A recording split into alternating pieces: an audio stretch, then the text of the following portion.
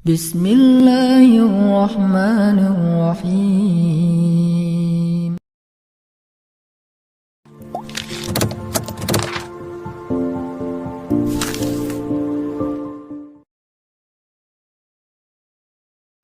Pak Ustadz, jika hukum jual beli dagang, hukumnya bagaimana? Boleh? Boleh dagang. Kalau tidak boleh, masa Nabi mempraktekkan dagang? Nabi kan pedagang. Bahkan sebelum jadi Nabi, sudah berjual beli. Beliau mengambil barang dagangan dari Sayyidah Khadijah, yang lantas kemudian menjadi istri tercinta beliau dalam kehidupannya. Didampingi oleh Maisarah, kemudian berdagang sampai ke Syam. Ya, Masya Allah. Dan ketika berdagang, itu Nabi itu kalau dagang gak pernah kembali modal, Pak. Gak pernah kembali modal, kembali untung. Untung lagi, untung lagi, untung lagi. Dan bukan cuma untung, yang berdagang dengan beliau, yang membeli, itu senang. Nabi terbayang nggak? Beliau untung, pedagang lain juga merasa nyaman, dan pembeli juga merasa senang. Jarang-jarang ada orang begitu. Ya, jarang-jarang. Kalau pedagang untung, biasanya pembeli kecewa, gitu kan? Baik, umumnya demikian. Baik, sedapat mungkin Anda tawar supaya mendapatkan kenyamanan-kenyamanan. Tapi kalau pembeli untung, pedagang kecewa. Silakan cek, pembeli misalnya nawarnya kebangetan. Sudah beda 50 pun gak dilepas juga, gitu kan? Baik, nah di sini menarik ini. Nabi itu kalau berjualan, pembeli senang, beliau untung. Sehingga semua orang tidak dirugikan dalam hal ini. Dan hebatnya nanti konsep dagangnya Nabi SAW, ketika diajarkan pada para sahabat, itu Masya Allah, tidak ada di antara mereka yang juga kembali modal. Semuanya untung. Untung semuanya. Silakan Anda lihat. Misal ada sahabat Uthman bin Affan radhiyallahu ta'ala anhu. Ada sahabat Abdurrahman bin Auf radhiyallahu ta'ala anhu. Sebelumnya ada sahabat Abu Bakar radhiyallahu ta'ala anhu. Banyak para pedagang di zaman Nabi, teman-teman sekalian, ketika mereka sudah masuk Islam, dilatih oleh Nabi bagaimana cara berislam yang baik dan diterapkan dalam kehidupan sesuai dengan pekerjaan mereka. Maka Masya Allah, dagangannya berlipat-lipat untungnya. Bukan cuma untung dunia, tapi untung akhirat. Tidak sedikit di antara pedagang di masa Nabi bukan cuma kaya dalam urusan dunia yang asetnya sampai sekarang masih ada, tapi juga dijamin surganya tanpa hisab. Saya beri contoh, Uthman bin Affan radhiyallahu ta'ala anhu. Sebelum masuk Islam, pebisnis. Setelah masuk Islam, kayanya luar biasa. Silahkan antum, saya berdoa mohon pada Allah, kalau yang belum umrah, belum haji, insya Allah diikhtiarkan ya, ikhtiarkan. Insya Allah mudah-mudahan dipercepat oleh Allah Subhanahu wa Ta'ala untuk bisa berhaji atau umrah. Nanti saat ke Madinah, main ke satu tempat, terdapat di dalamnya tapak-tapak kesuksesan Uthman bin Affan radhiyallahu ta'ala anhu. Di antaranya beliau masih punya aset sampai sekarang.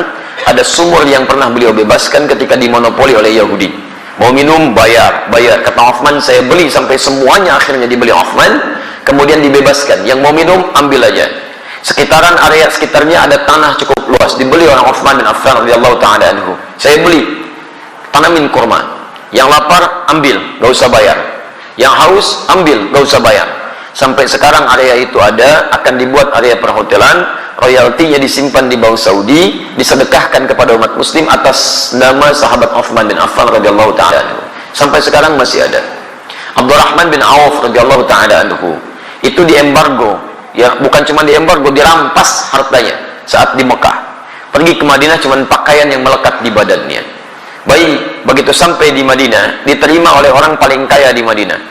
Kata orang ini, sami'tu annaka kunta ghaniyan bima ma'na. Saya dengar kamu jatuh fakir saat di Mekah.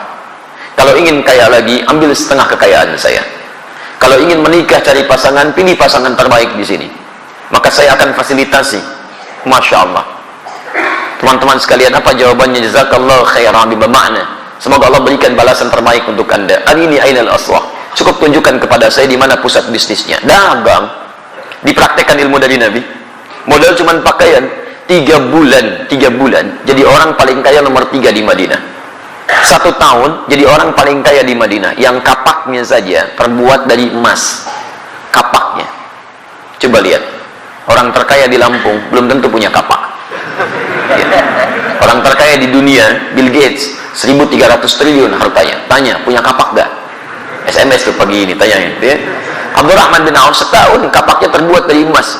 Modalnya apa? Cara bisnis Nabi. Nah, cara ini tidak menghalangi mereka untuk ibadah kepada Allah, kaya dan soleh. Silahkan cek, buka kitabnya Imam An-Nawawi. Imam An-Nawawi punya kitab namanya At-Tibyan fi Adab Hamalatil Quran. Lihat versi Arab yang cetakan Darul Kutub Al-Islamiyah. Warnanya merah marun, halaman 38, paragraf yang pertama, baris 1 sampai baris yang kedua paling atas sebelah kanan. Kata Imam An-Nawawi rahimahullah, sahabat Utsman bin Affan, Abdurrahman bin Auf, ada Abu Darda, itu orang-orang, ada lagi At-Tamimi, itu orang-orang yang luar biasa. Tamim Ad-Dari, bukan At-Tamimi, Tamim Ad-Dari, yaitu malamnya di antara kesibukan mereka masih bisa menunaikan tahajud sampai khatam Al-Quran, sampai khatam Al-Quran. Jadi pendekatan kepada Allahnya luar biasa. Makanya Allah buka rezeki mereka lebih daripada yang lain. Jadi kalau anda ingin dapatnya rumusnya begini: kalau anda punya permintaan yang lebih daripada orang lain, maka dekati Allah dengan cara ibadah yang lebih daripada orang lain. Orang lain tidur, anda bangun. Orang lain sedikit-sedikit tidur, anda sedikit tidur. Orang lain sedikit-sedikit makan, anda sedikit makan.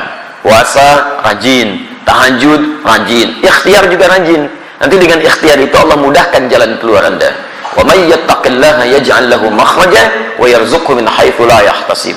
Demikian di Quran surah ke-65 ayat 2 sampai 3. Nah, saya persingkat jawaban untuk pertanyaan anda di sini. Kalau anda ingin berubah lebih baik, itu dikumpulkan oleh para imam hadis dalam kitab-kitab hadis. Disebut dengan Kitabul Buyu', bab tentang pembahasan bisnis dari Nabi SAW.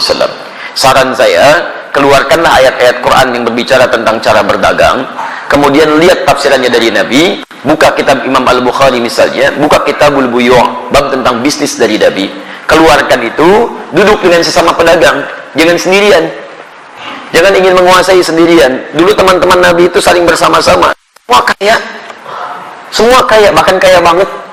Ya, kumpul bareng-bareng. Kenapa antum gak kumpul para pedagang, pebisnis, pengusaha? Duduk bareng-bareng, tilawahi ayatnya, hadisnya, kemudian antum undang ustaz di bidangnya, diskusikan, praktekkan. Kalau nggak dipraktekkan kapan lagi? Ya silahkan kalau nggak percaya. Konsep itu sekarang diambil oleh orang Yahudi, dipraktekkan oleh mereka. Cuma mereka tidak pernah mengungkapkan istilah kalau itu diambil dari hadis Nabi. Konsep syariah itu sekarang banyak diadopsi Pak di Eropa. Bahkan di Inggris sekarang sedang marak tuh, di London macam-macam dikembangkan. Ya, kemudian oleh Yahudi dirubah istilahnya di Ventura. Ventura itu asalnya syariah, cuman dimodifikasi oleh mereka untuk menampilkan sistem hukum yang kira-kira bisa awet gitu. Syariah sekarang itu luar biasa. Di non-muslim saja sudah mengejar-ngejar konsepnya. Kenapa kita yang punya tidak menerapkan? Paham ya? Baik, sudah saya baca, sudah saya jawab intinya. Ya, di persoalannya barangkali nanti sesuaikan lagi ya. Saya akan punya usaha, saya beli alat di toko harga barang 1 juta, modal 1 alat, kemudian saya jual 2 juta atau 3 juta, boleh tidak? Boleh. Antum jual 5 juta juga silahkan kalau laku ya. Baik, alhamdulillah. Yang penting antara dia minkum, ada yang ridha satu dengan yang lainnya, kemudian tidak maaf, tidak gharar, tidak menipu. Di orang itu wajar menilai. Antum beli 1 juta, dijual 5 juta, kalau kaidah boleh saja. Tapi kan juga pembeli akan melihat wajar apa tidak. Ya kalau tidak wajar yang akan beli. Ya ada yang jual Nokia 3315 sekarang. Misal dijual 10 juta. Ada yang beli nggak? Nggak ada. Modal antum cuma 100.000 dijual 10 juta gitu kan. Nggak akan ada yang beli. Jadi kalau misalnya antum ingin jualan seperti ini boleh-boleh saja. Lihat batas kewajaran, jangan menipu, jangan ada gharar. Kemudian yang paling penting juga hindari hal-hal yang dilarang seperti riba dan sebagainya. Paham ya? Baik.